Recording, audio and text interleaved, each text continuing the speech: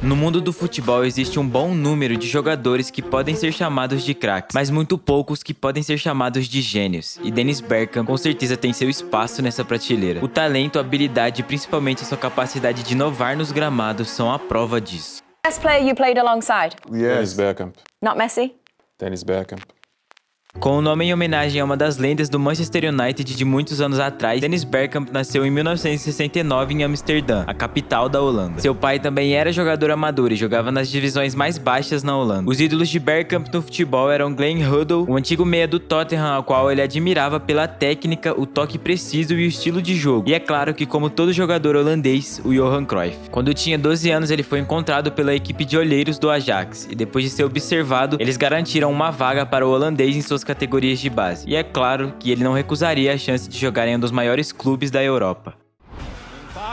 No Ajax, ele foi treinado pelo seu ídolo, Johan Cruyff, e subiu ao profissional na temporada de 85/86. Não demorou muito e Bergkamp começou a fazer seu nome no Ajax e rapidamente se tornou titular da equipe. Ele era originalmente um meia aberto, mas foi subindo dentro de campo até se tornar o camisa 10 da equipe do Ajax. Se destacando tão jovem nos gramados holandeses, os defensores da liga não davam vida fácil ao jogador, e toda partida fazia um jogo duro com ele dentro de campo. Mas Bergkamp, além do talento, era conhecido pela ética e determinação, e não se deixou abalar. Ele continuou trabalhando para evoluir fisicamente. Nas seguintes temporadas na equipe holandesa, Bergkamp se desenvolveu como um letal atacante, mas muito versátil. Ele podia marcar incríveis gols, mas também tinha muita capacidade de armar as jogadas para os companheiros de time. O holandês melhorava a cada temporada, e nas suas últimas pelo Ajax, ele se tornou a principal estrela do time e consistentemente podia marcar 25 ou mais gols na temporada. Tanto é que no fim da sua passagem pelo Ajax, Dennis Bergkamp já era uma estrela mundial e já havia sido eleito 2 vezes o melhor jogador na Holanda. Já tinha sido 3 vezes o artilheiro da liga e já tinha marcado mais de 120 gols pela equipe holandesa. Fora que o atacante trouxe sucesso nos torneios continentais à equipe do Ajax, vencendo a antiga Liga Europa e o título da Liga Holandesa, depois de um jejum de 5 anos do time do Ajax. Mas a conclusão é que não foi apenas o sucesso que o transformou em uma lenda do clube, mas também seu estilo de jogo, sua classe e elegância com a bola e a habilidade para fazer o impossível parecer fácil. Ele era um jogador que traduzia a filosofia do Ajax, um time que sempre queria jogar um belo e muito ofensivo futebol.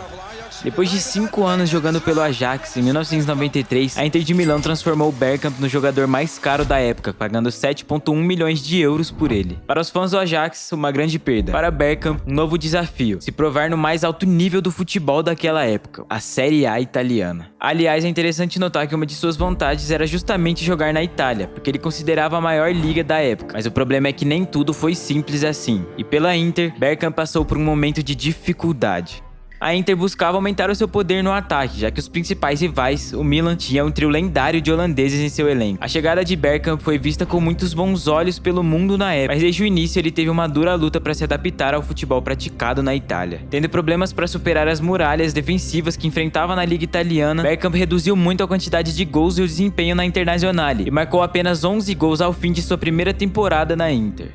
Um fato que influenciou seu desempenho foi ter sido usado como exclusivamente um camisa 9, não um camisa 10 como ele foi antes pelo Ajax. Apesar de não se encontrar na melhor fase no futebol de clubes, pela seleção era outra história.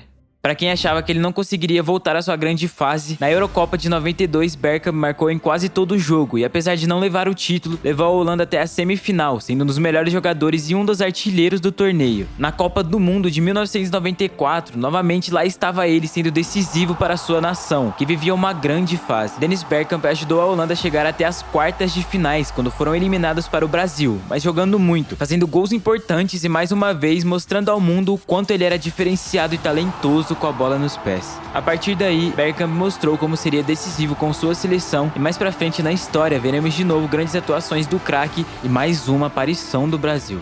Mas voltando ao futebol de clubes, Bergkamp até teve significativas melhoras nas seguintes temporadas pela Inter de Milão, mas ainda assim, ele acabou não se encaixando no estilo de jogo praticado pela equipe. Ele era um jogador acostumado com sistemas ofensivos com trocas de passes. Ele era muito bom na movimentação, dribles curtos e criação de oportunidades. E jogando como um camisa 9 pela Inter, não conseguia chegar à sua melhor forma. Essa passagem pela Itália foi a pior fase de sua carreira como profissional, mas não durou tanto. A questão aqui é que Bergkamp já tinha o status de craque mundialmente naquela época, e era só questão de tempo até que um grande clube fosse em busca dele, e assim foi. Em 1995, o Arsenal pagou 11 milhões de euros para tirar ele da Inter. Novamente, seu preço era um recorde no mercado de transferências. Pela equipe inglesa, o holandês viveu a melhor fase de sua carreira e se tornou o homem de gelo para os torcedores do time. Como esperado, o impacto dele no futebol inglês foi rápido. Logo em sua primeira temporada, o holandês foi capaz de trazer novos ares ao time do Arsenal, que não via jogando nada nos últimos 5 anos. Apesar de não conseguir desencantar logo de cara e gerar uma pressão sobre si mesmo, depois que Bergkamp fez seu primeiro gol, as coisas começaram a melhorar muito. Ele era basicamente um dos maiores craques e um dos jogadores mais técnicos da liga. Mas também, como nem sempre as coisas acontecem rápido demais no futebol, o Arsenal ainda estava evoluindo como equipe e eles tiveram que lutar até o último instante para conseguir assegurar uma vaga nos torneios continentais, que já não disputavam há algum tempo. Para a alegria deles, o holandês assumiu a responsabilidade e deixou esse golaço nos últimos minutos da última partida que eles tinham para garantir a classificação. A partir dessa temporada, os diretores, os torcedores, todos que amavam o Arsenal sabiam que uma boa fase finalmente iria acontecer com a equipe.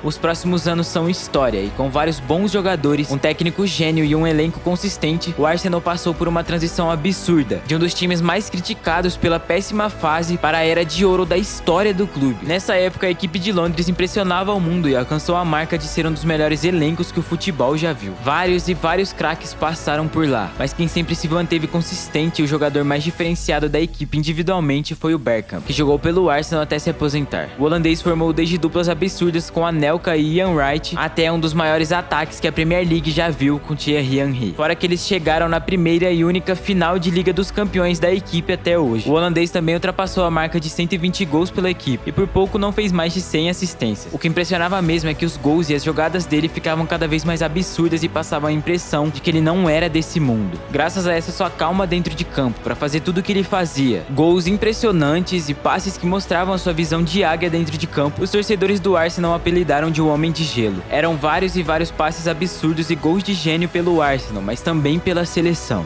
Em 1994, eles tinham sido eliminados nas quartas da Copa do Mundo, mas a Holanda manteve uma boa safra de jogadores e com Dennis Bergkamp ainda melhor do que era naquela época, eles chegaram ainda mais fortes para a Copa de 98. O problema é que de novo eles enfrentaram um Brasil mais forte ainda que o anterior nas semifinais, com Ronaldo jogando muito. Nessa Copa, o Bergkamp só não fez chover e novamente foi extremamente decisivo pela sua seleção, fazendo esse golaço aos 90 do segundo tempo contra a Argentina, mais um gol que poucos fariam.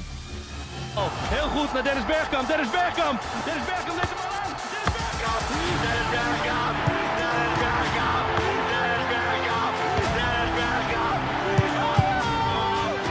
Depois de mais uma bela atuação numa Copa do Mundo, ele foi eliminado, mas é claro que ele fez a sua parte. Outro gol de Bergkamp que fez história foi aquele contra o Newcastle em 2002.